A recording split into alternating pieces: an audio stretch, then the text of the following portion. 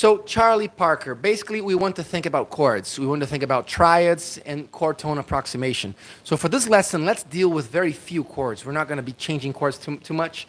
I'm going to first give you a phrase, and it's going to be our first phrase that we're going to dissect and talk about technically, harmonically, melodically.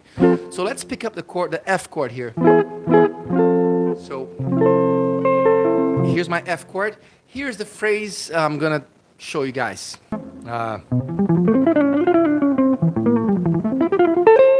Yeah, or just this. So what's going on here? Well, the first thing you have to consider is that Charlie Parker, he doubles up the subdivision a lot. So all these things, all these phrases are meant to be played fast.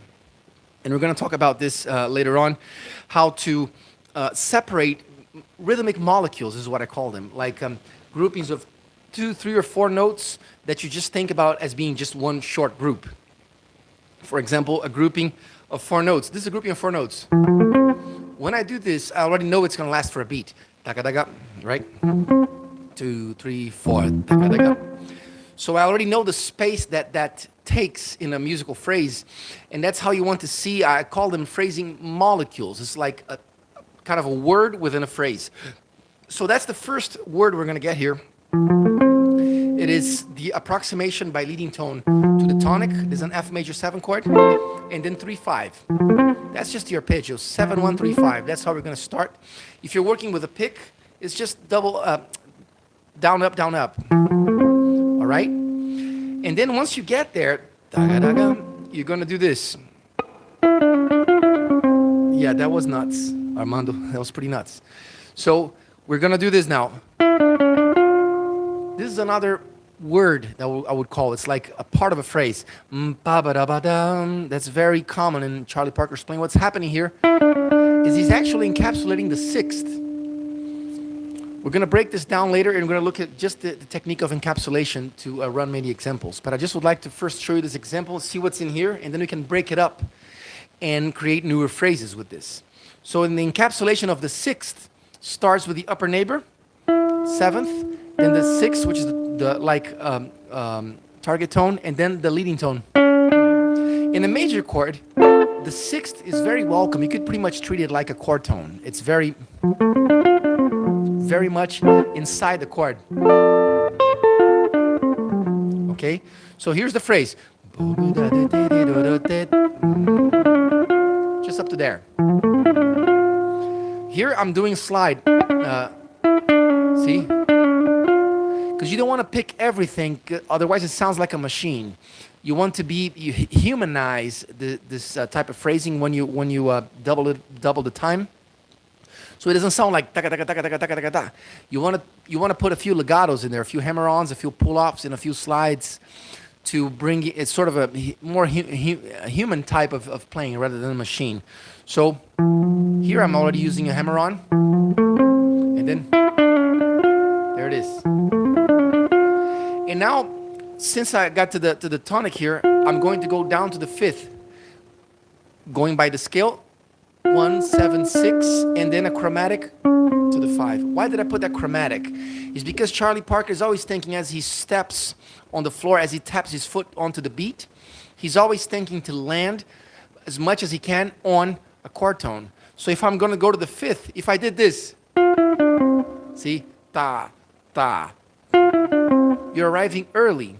So that weakens the phrase a little bit. So if I put an extra note in there, I get to arrive right on time. Not that there can't be early, arrivals at a certain note or late. Both of them can exist, and it's okay. But the phrase is stronger and gives you an even greater sense of the chord sound if you are able to land these notes on the downbeat. So let's play together just this first half of the phrase here. There. 7 1 3 5 7 6. Okay. So then try to speed it up. 1 2 3 4. What if we try to use the same phrase here on a 6-string rooted chord, like an A? It's the same stuff. So Now speed it up. 1, 2, 3, 4. 2, 3, 4. There it is. Very slowly. Okay. And now it's going to come with what I call 3-point encapsulation. I'm going to later break all these down. The chord tone approximation chromatically, the encapsulation, and for example, this 3-point encapsulation. I'm going to break all these down in a bunch of examples because we're going to stay for an hour together here. But first, I just want to show you the phrase, show what's in it, and then we're going to apply it, break it up, and see more examples. David Tofu, major bebop scale in it. Major scale with an added flat 13. Yeah, you could call it that way. I don't really. I know what the bebop scale is. I know Barry Harris and a lot of his teachings. But instead of thinking about the bebop scale, I just think that it's just a major scale, and you use that flat 13 if you need in order to arrive at the fifth on the downbeat. But you don't have to. The reason why I don't believe in the bebop scale is because you don't usually improvise with a scale, right? You don't play a scale while you're improvising. Very rarely you would do that, and it's kind of a poor phrasing. You want to add more ups and downs to sound more melodic, and use a greater variety of arrival at a certain chord tone by moving up and down instead of just moving up. You don't really hear Charlie Parker or any bebop great player playing just a scale, just up or just down, you know? So the bebop scale, I've heard about it a lot, but I just naturally, for example, I know the bebop scale on a dominant chord, it uses the chromatic between the tonic and the seventh. But I just naturally do that already because if I want the downbeat to be on the tonic, then the upbeat is going to be a chromatic. So I don't apply that just between the seventh and the tonic or just between the 6 and the 5 in a major scale, bebop scale. I apply that everywhere. I could do a chromatic between 1 and 2 and between 2 and 3. But that's not part of the bebop scale, but that's still bebop, right? So that's why I don't think about it as being a scale. I just think about it as being an approach of using chromatic notes, not just between the 5 and the 6 or the 7 and the 1. For example, I could use this as a short bebop phrase in A major. What's happening here is the chromatics are always getting the upbeat. See? Chord tone, color, chord tone. Every time my head moves up, I'm on the upbeat. I'm using the wrong note, the chromatic note. Right? And you can just keep using that concept everywhere.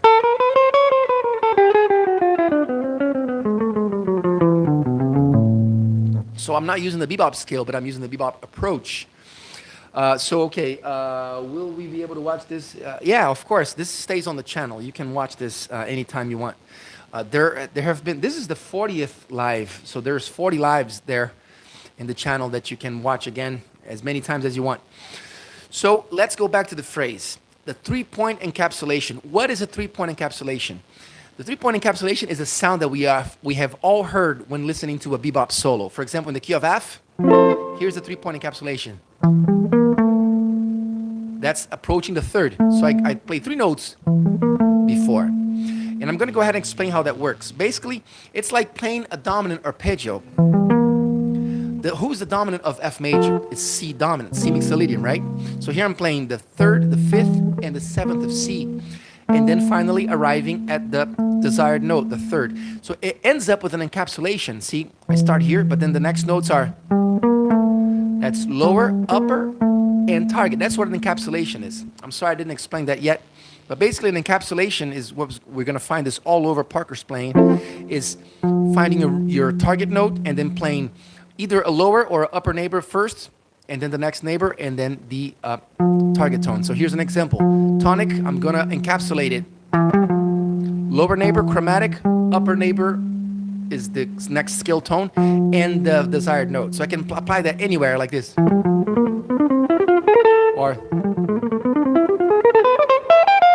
Or you can use the upper neighbor before and the lower neighbor afterward, like this.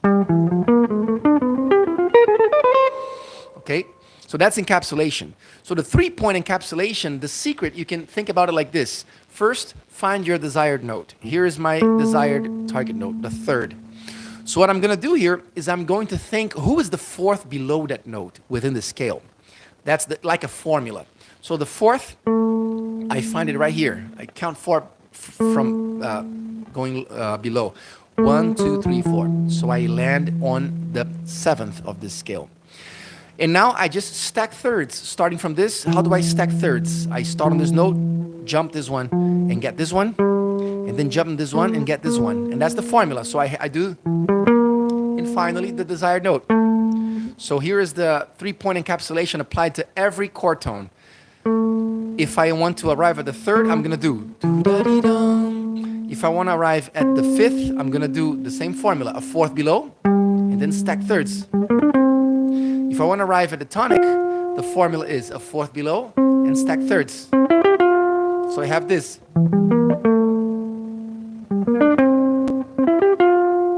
Right? Charlie Parker uses this all over the place. So you want to be onto this and practice it just like I did. Stop the metronome and get a chord. Look at all the target notes, 1, 3, and 5. And then do the 3-point encapsulation.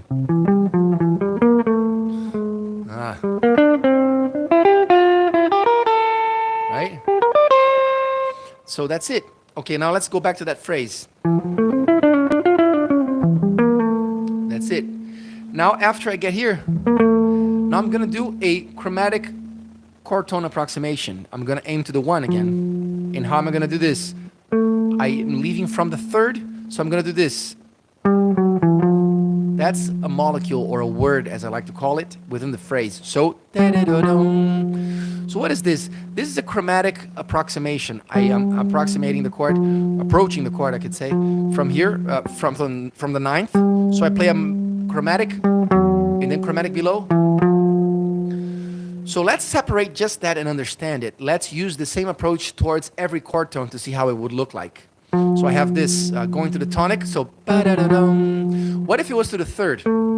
I could not leave from the sharp 4 because that's not a scale tone, that's kind of outside. So I'm gonna leave from the 4th. Since the 3rd is right below, I'm gonna add that chromatic below the 3rd. Like that. So what I have here, onto the 3rd, it would look like this. And then onto the 5th, it would be the same as it was onto the tonic. It would be like this. So this is another thing you want to put into your practice routine. Do this 1,000 times until you can do it without thinking, like this.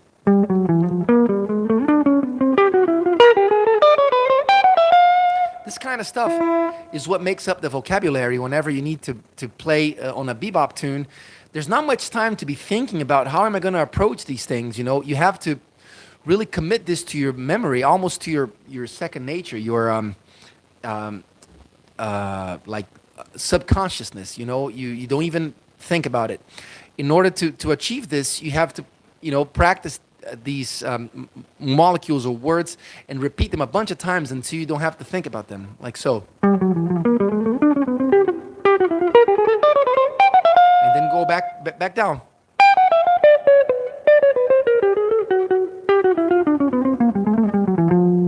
Maybe speed it up a little bit.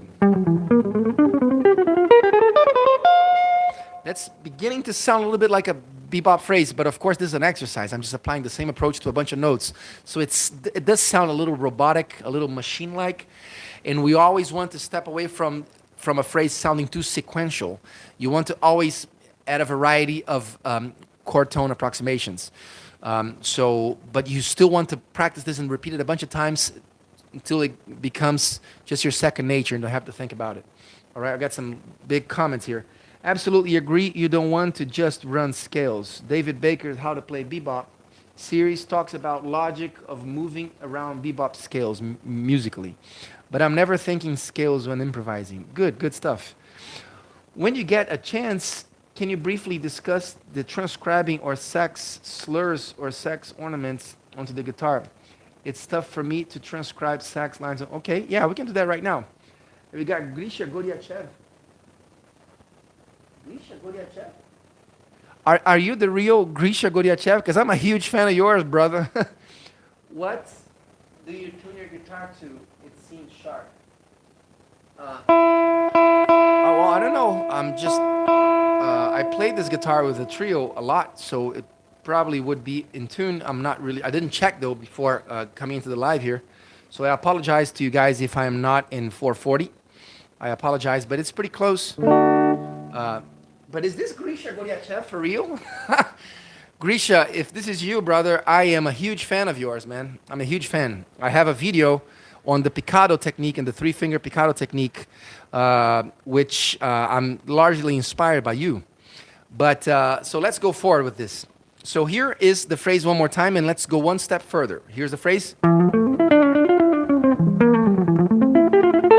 So we ended up here. Okay, so this is where we were. 3-point encapsulation to the third, and then chromatic approximation to the tonic. Now here's a great place to put an arpeggio. So I'm just running 1, 3, 5, 7.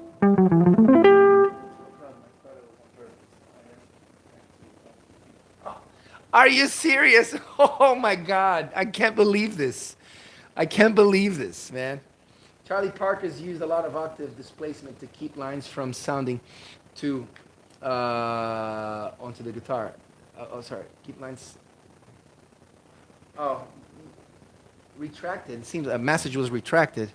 Charlie Parker used a lot of octave displacement to keep lines from sounding too. Yeah, I could say that. About the previous question there about saxophone slurs, let's apply that into a practice here real quick. Let's go back to the concept of encapsulation, and let's apply a saxophone-like slur. For example, a basic encapsulation would be this, right? But now, how about this? On saxophone, they do a lot of this, right? That's sax-like. Basically, you want just to educate your left-hand fingers to sing this when you... First, you have to hear it in your mind. So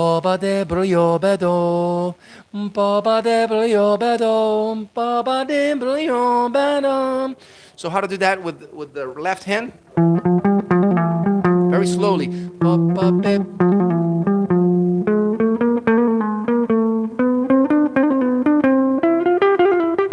That would be a way, you know, to be sort of saxophone-like. And then you want to, of course, run this in as many chord tones as you can.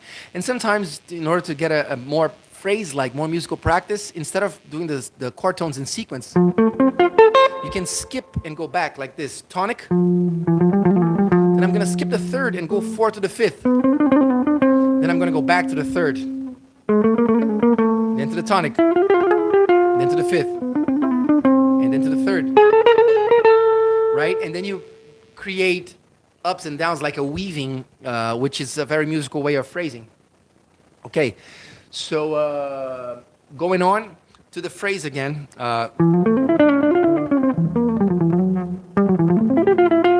So after I get to the tonic, I do an arpeggio, and then an encapsulation of the tonic. There it is.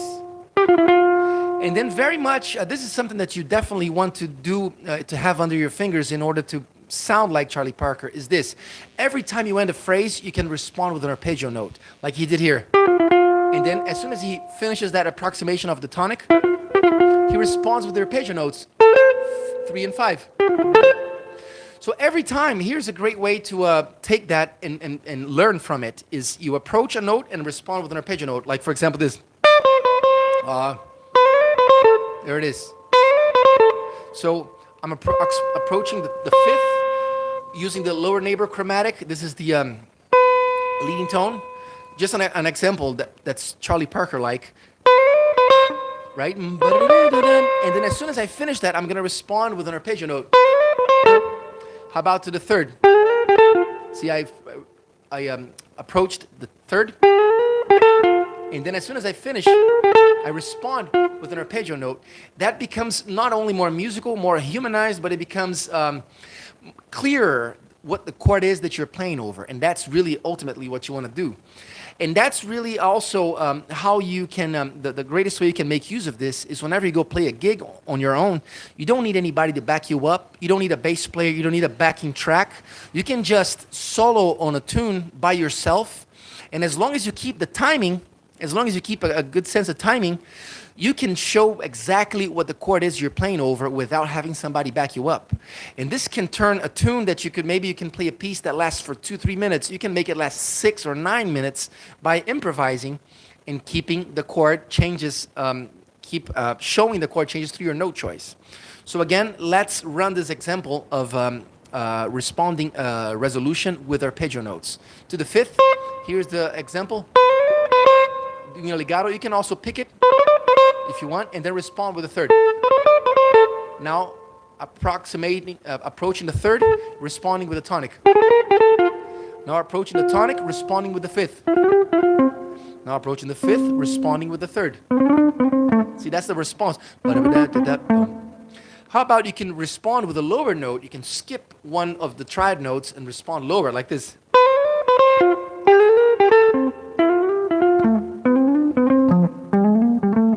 Or, right? And then maybe we can, later in this lesson, we can create some new lines by stacking up a bunch of words or molecules. We put 1 + 1 + 1, and we can build it together and then speed it up in the end of the lesson. It's going to sound just like a Charlie Parker solo.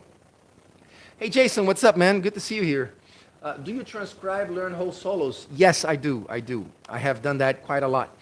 Or is your approach more focused on studying smaller phrases, ideas? Both things. I study smaller phrases, but sometimes I transcribe entire solos.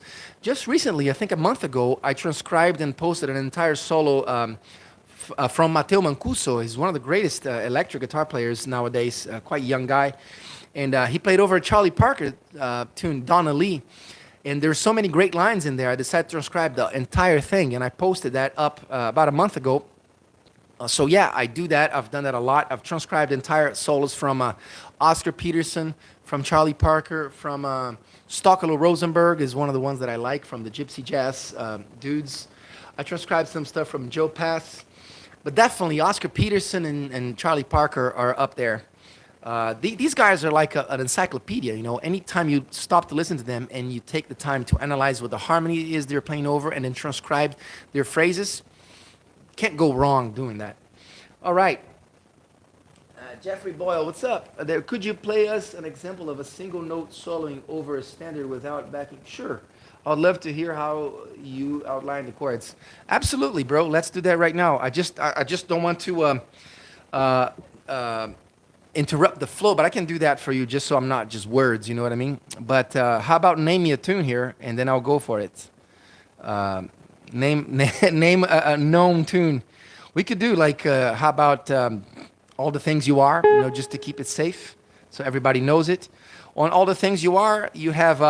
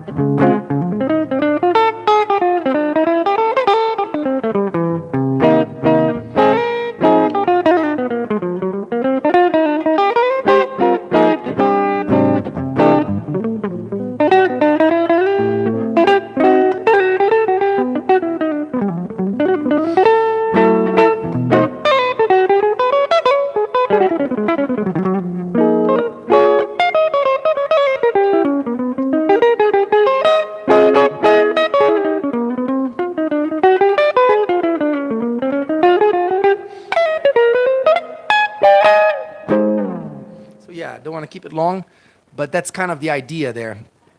Okay, so let's go back to the thinking here. I don't want to lose y'all's attention. So we're doing this phrase from Charlie Parker. Sorry. So that's where we ended. Okay, so now what I want to do is break up some of these examples here to multiply some of the things that he did. For example, the first phrase, just that. Let's just pick that word up and let's apply it to the different chord tones. We're starting on the tonic. What if we were starting on the third? How would this be? It would be like this. What if we were starting on the fifth? It would be, right? And then again onto the tonic. So that is a little molecule that you can apply to every chord tone that you want to approach. So that's the first thing you want to learn, and this is how you want to learn this stuff. You dissect, you understand, and then you apply it to all the chord tones. Okay, so here is the first example. To the third, to the fifth, to the tonic. Okay, so you could, maybe make it into a sequence. Just watch out not to sound like a machine. That's the first example. All right. Sorry, I just got here. Okay, no problem. All right. Can you play with such fluidity on your left hand if you were to transfer over to nylon? Absolutely, bro. The reason why I'm not playing nylon right now is because I had a little issue with these two fingernails here, and I'm waiting for them to grow back out. It's been a few months now that I'm treating this medically, but I had to cut my nails short, so I'm just using the electric guitar to keep working for now. But for about 10 years, my main instrument has been the nylon string with the classical or Brazilian or flamenco technique, whatever you want to call it.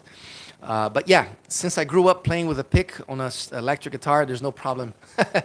Change. I'm actually having some fun because when I have this instrument, it opens my mind to a different type of phrasing that then I can bring onto the nylon string, and vice versa. Whatever I do on the nylon string, it opens my mind as an electric guitar player. Well, got a nice little donation from Kurt, Guitar Kurtz. Thank you, brother. Thank you for that. I definitely appreciate that. So going on. So I just broke up that first example. You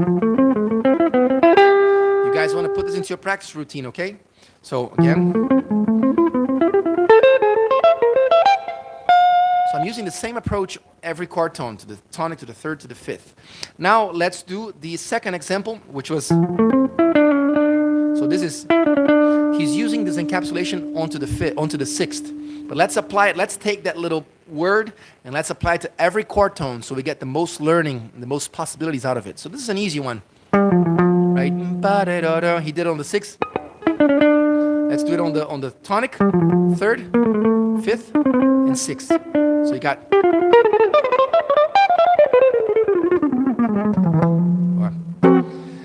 So what you want to do here is make sure you are aware of who the upper neighbor is, because it's not just a pattern. It is a pattern, but the pattern changes and adapts depending on who the upper neighbor is. The secret about this is that the lower neighbor is always going to be chromatic. You call it the leading tone, like Django would do on an F major chord. It becomes like an hexatonic scale because you have 3 chord tones and 3 lower neighbors, 3 leading tones. So they're always chromatic, but when you deal with the upper tone, it cannot be chromatic.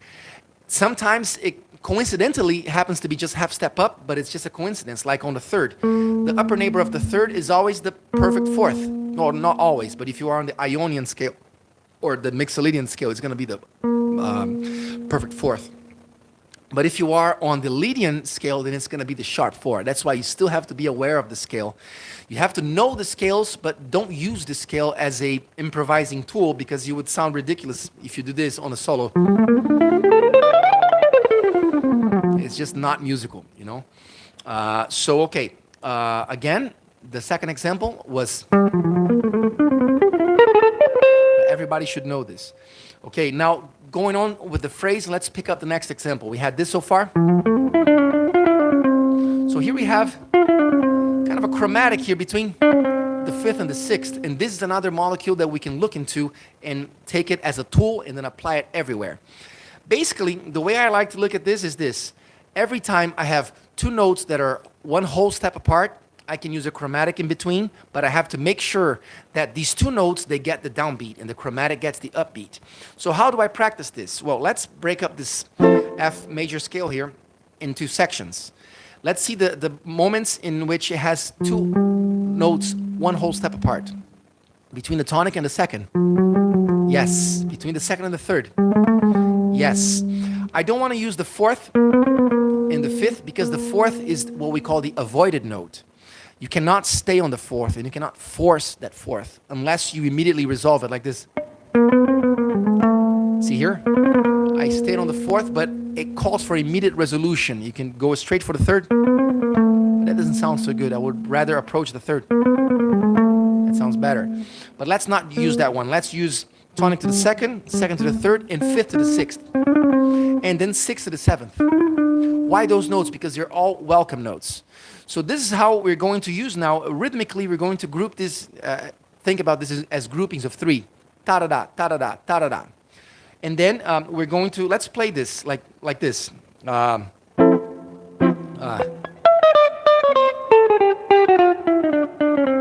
Okay, going up now. So you always want to be doing this. If you, this is going to keep you from playing a scale and treating it more as a melodic, approach. So many times when I'm playing a phrase like, here, there it is.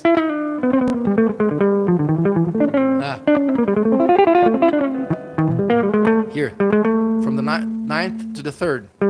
Or that's from the third to the second. This is happening constantly as you're playing bebop lines. You're always going to be doing.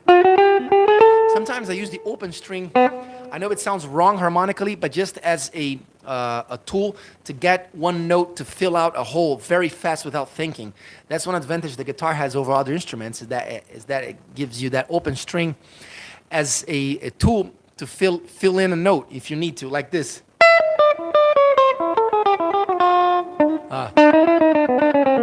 See, that's a phrase in F. I'm using that chromatic, which I'm talking about right now, taking that from the Charlie Parker phrase, using the chromatic between the 6 and the 7, and then again between the 6 and the 5. Well, how did I tie them together? Using a open string.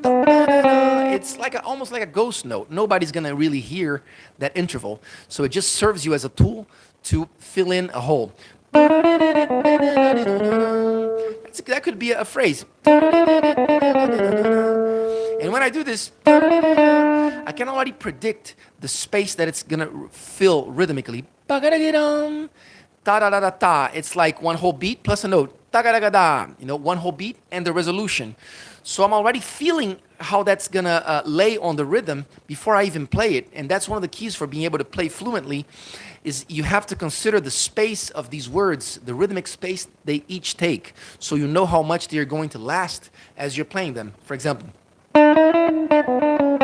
this, I already know it's going to be,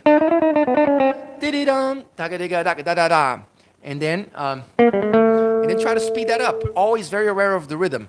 1 and 2 and 3 and 4 and 1, 2, 3, 4. 1, 2, 3, 4. And then let's use that as a hook and then build more on top of it.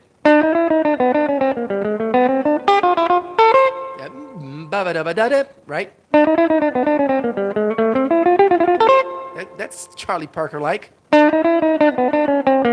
What's happening here? I encapsulated the third upper neighbor and then approaching chromatically from below. As soon as I got here, I just played the arpeggio.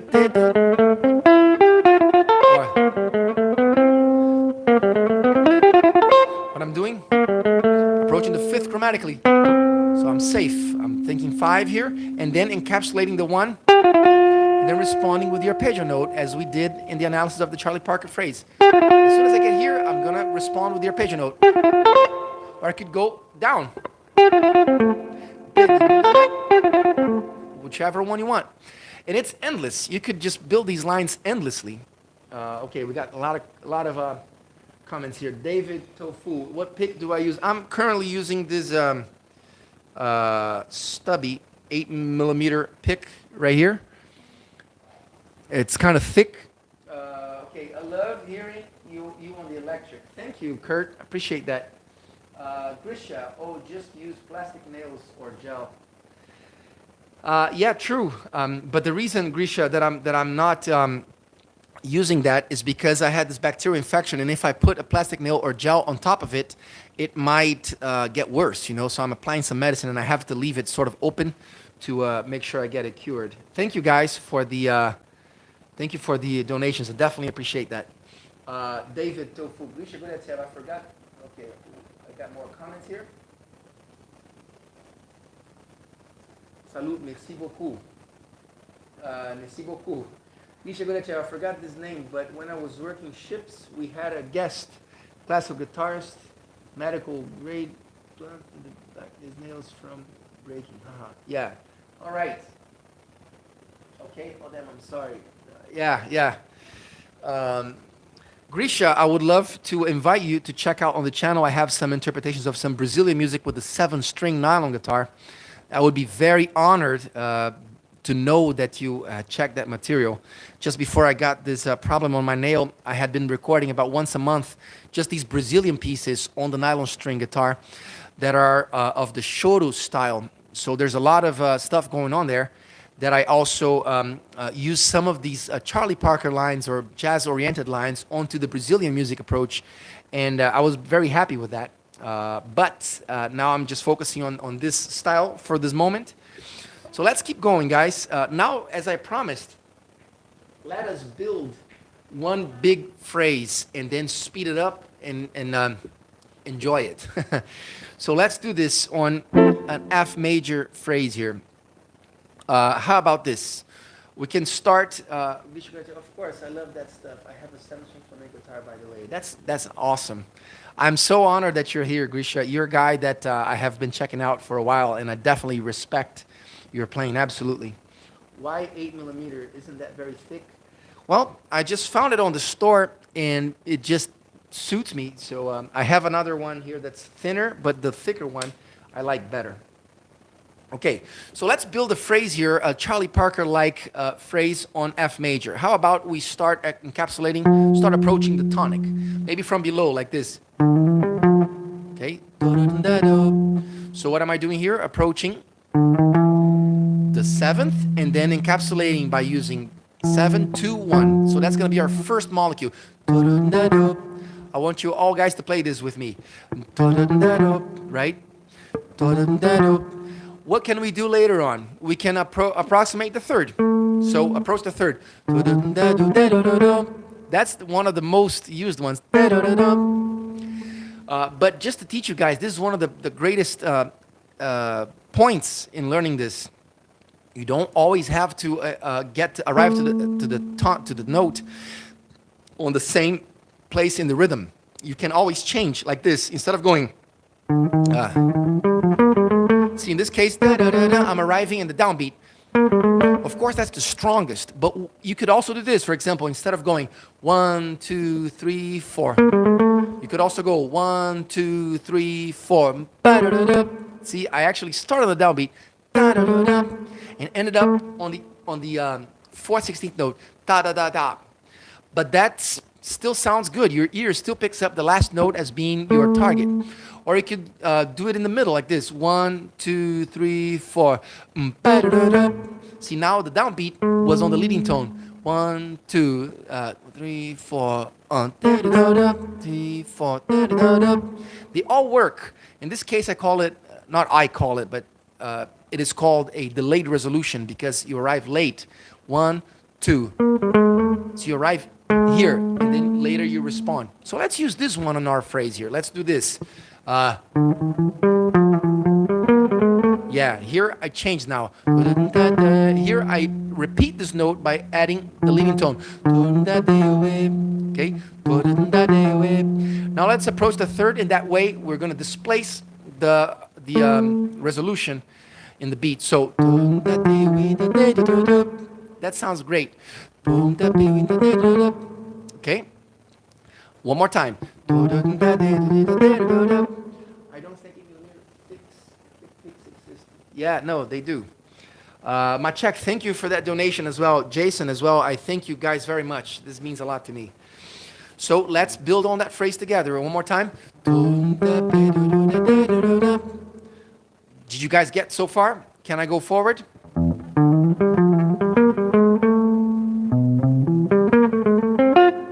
How about this? Yeah, don't like that so much. Yeah. As soon as I got here, I decided to go back down, approaching the fifth. And then, okay. How about let's do a sax slur in there. So the phrase becomes this.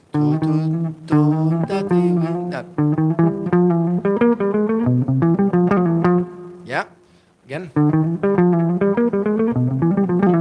And then, how about that? So I did, and then the arpeggio, 3, 5, 7, 2. I'm stacking a bunch of thirds together here.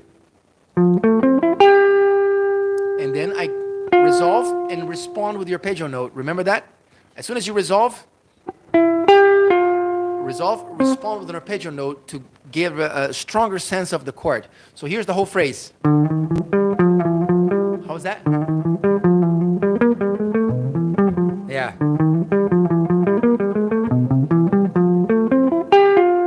Was that it? I got lost. Yeah, that was it. That's perfect. One more time. That's it. That's a great phrase, guys. Got a little different because I decided to go down there just to be creative and be different and not sound exactly the same as the previous one. But yeah, I guess you guys got the thinking behind this type of phrase creation. So as soon as you get the thinking, the greatest way to practice, John McLaughlin said it's good to practice just over one chord to really strengthen the sense of that chord. When you apply different chords, you end up not spending as much time in each chord as you should. So that's one of the greatest ways of thinking, of practicing, is just stop in one chord. If one of you guys got one of those pedals that you freeze the sound, you play a chord and just let it ring and just play lines in that chord forever. Here's an example. I'm going to play lines in a medium tempo, a bunch of lines in F. You guys are welcome to transcribe any of this later on. But how about this? 1, 2, 3, 4.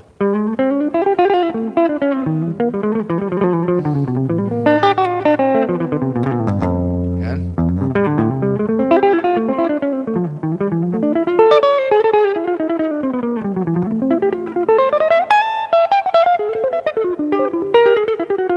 That was a good one. How was that? Yeah, let me explain that. So here, first I played the third of F, and then I'm gonna approach the tonic. Okay, and then I did a 3-point encapsulation of the sixth. Remember I told you on a major chord, the sixth can be treated as a chord tone because it sounds very welcome. It doesn't have to be treated as a neighbor. So again, and then I think I did another 3-point encapsulation to the third. Here's my target, and here's the 3-point. And then approach from below. So that's the phrase. Very Charlie Parker-like. One more time.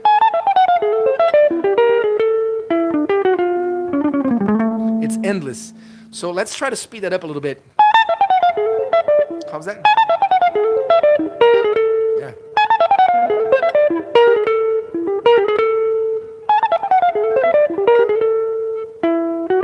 Yeah, just to finish it off.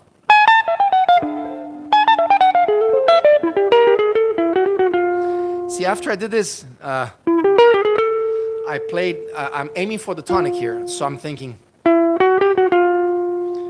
that's an intricate little approach to the tonic. I start on the 7th, and then I actually approach the 9th chromatically, and use that same chromatic to finally arrive at the 1. So this is one word or one molecule. You could apply it to any chord tone. If I did that to the 5th, it would sound like this. Right? So this is the kind of stuff that you want to put in your pocket. Get a bunch of these little words or encapsulation ideas and just build your vocabulary. And then whenever you're to improvise, these things should come out naturally. Okay, some more comments here.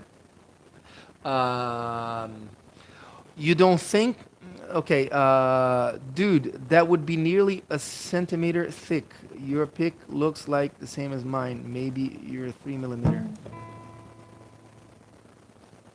Oh, you know what? You're right.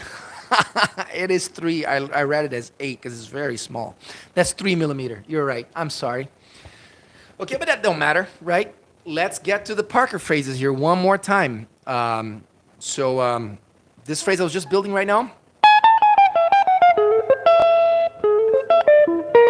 So, see, now I added one response. As soon as I got to the tonic, decided to respond with the fifth. Again, that's one of the things that you're always going to see. Every time you finish a phrase, you finish an approximation, you respond it, and it sounds like bebop every time. So let's play that phrase one more time in F. 1, 2, 3, 4. Now, one more time. Right? Let's build another one. Why not? Here it is, another example.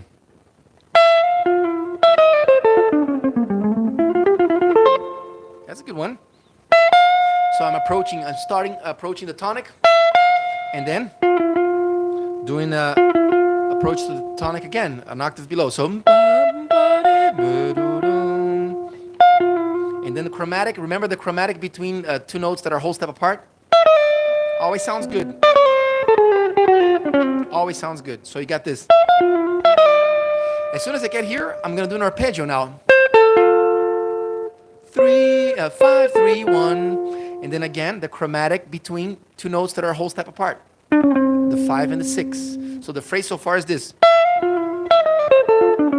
That's a great little phrase, guys. Make sure to put it into your pocket. And then to finish it up, let's target the third. So that's the most known approximation.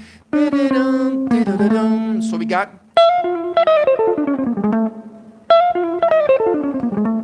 3, 4. As soon as I got here, let's finish just like that other phrase. We're gonna do the arpeggio, right? So it becomes this. Here's the end of the phrase. That sounds just like a Parker line.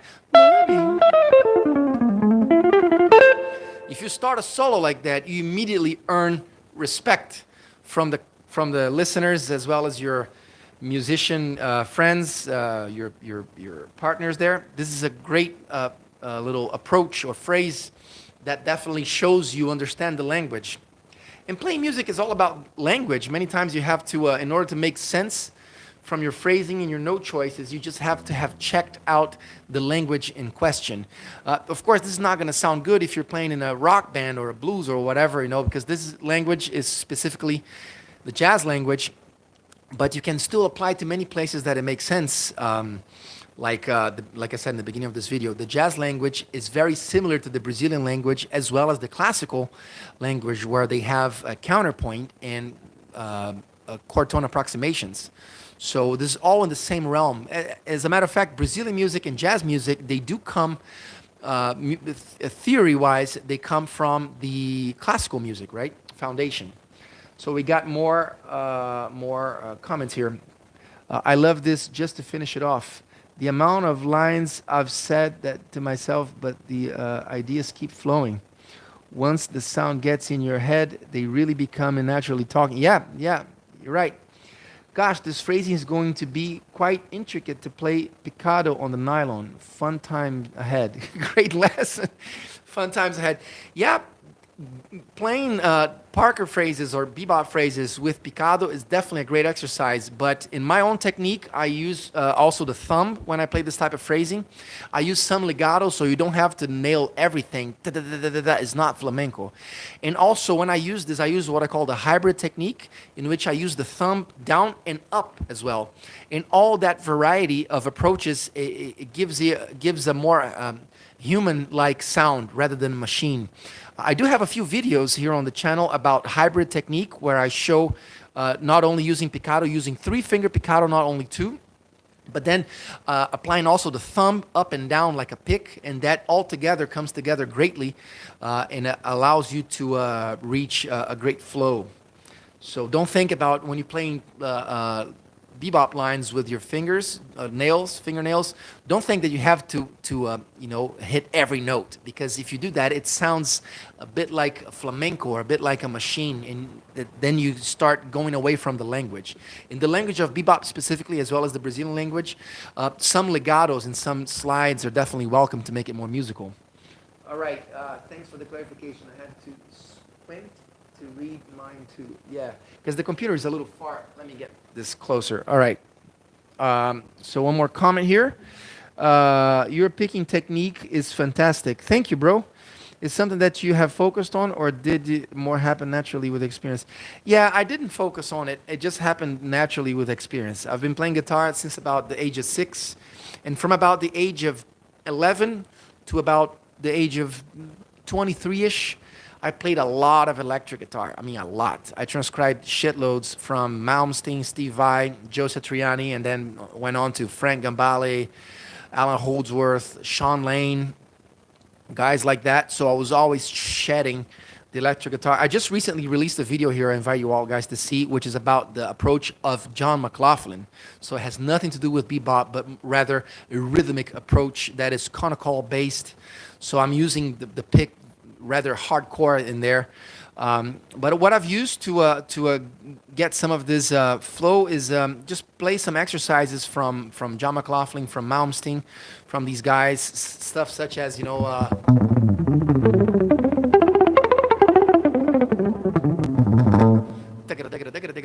sextuplets definitely come in handy.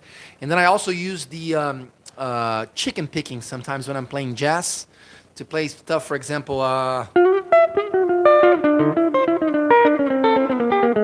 so I'm using here the pinky or the third finger as well. Jason, what? All right, lost you guys for a minute. Okay, sorry about that, guys. Lost you just for a minute. I had something happen here. But what I was saying is the free stroke is okay if you have enough volume and projection in your instrument. But if you're playing, for example, just a pure acoustic guitar, playing jazz with free strokes is not going to project, so you need some volume to make up for that.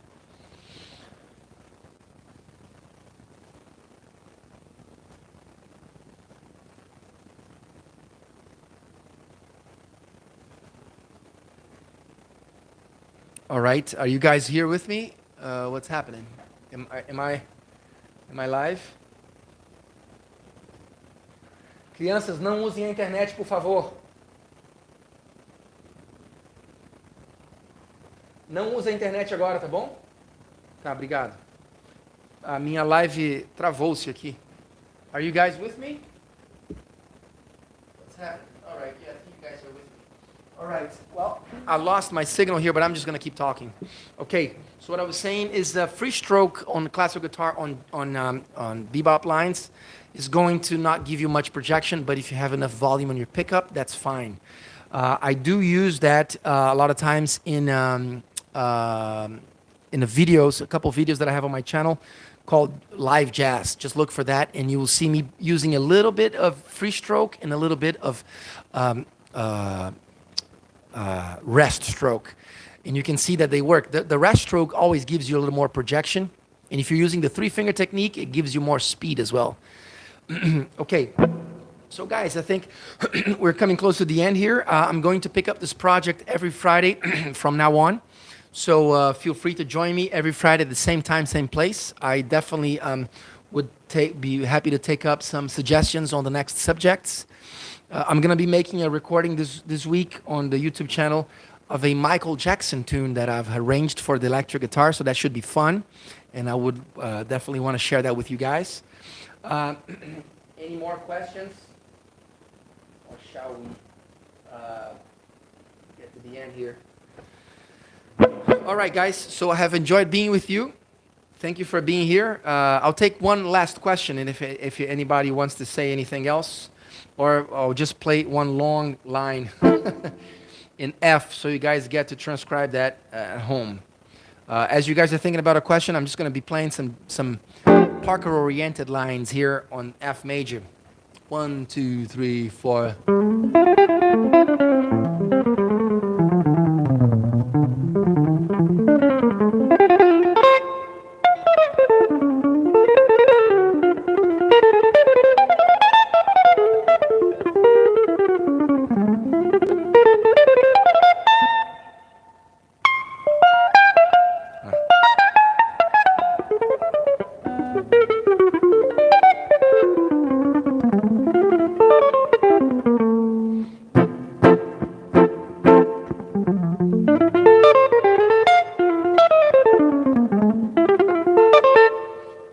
Guys, thank you for being here. Grisha, it was a major honor to have you here, brother. Really, a major honor. I would like to interview you sometime. How about that? I would love to have a conversation with you and add it to the channel, just like I did with a couple other great guitarists that are an influence on me. I have interviewed Carai Guedes, one of the greatest Brazilian guitar players, and interviewed also the American Ben Woods, the American flamenco guitarist, all good friends of mine, and I would love to have you on, man. Have you on my channel talking about your musical history. Let's set that up. Yeah, I will reach out for you in either Facebook or Instagram, and let's set it up. So thank you guys for being here, and I'll be catching you next week. All right, anybody who would like to contact me for lessons, that would be an honor. And catch you guys next Friday. Thank you for being here. Much bebop for your life. I'll see you.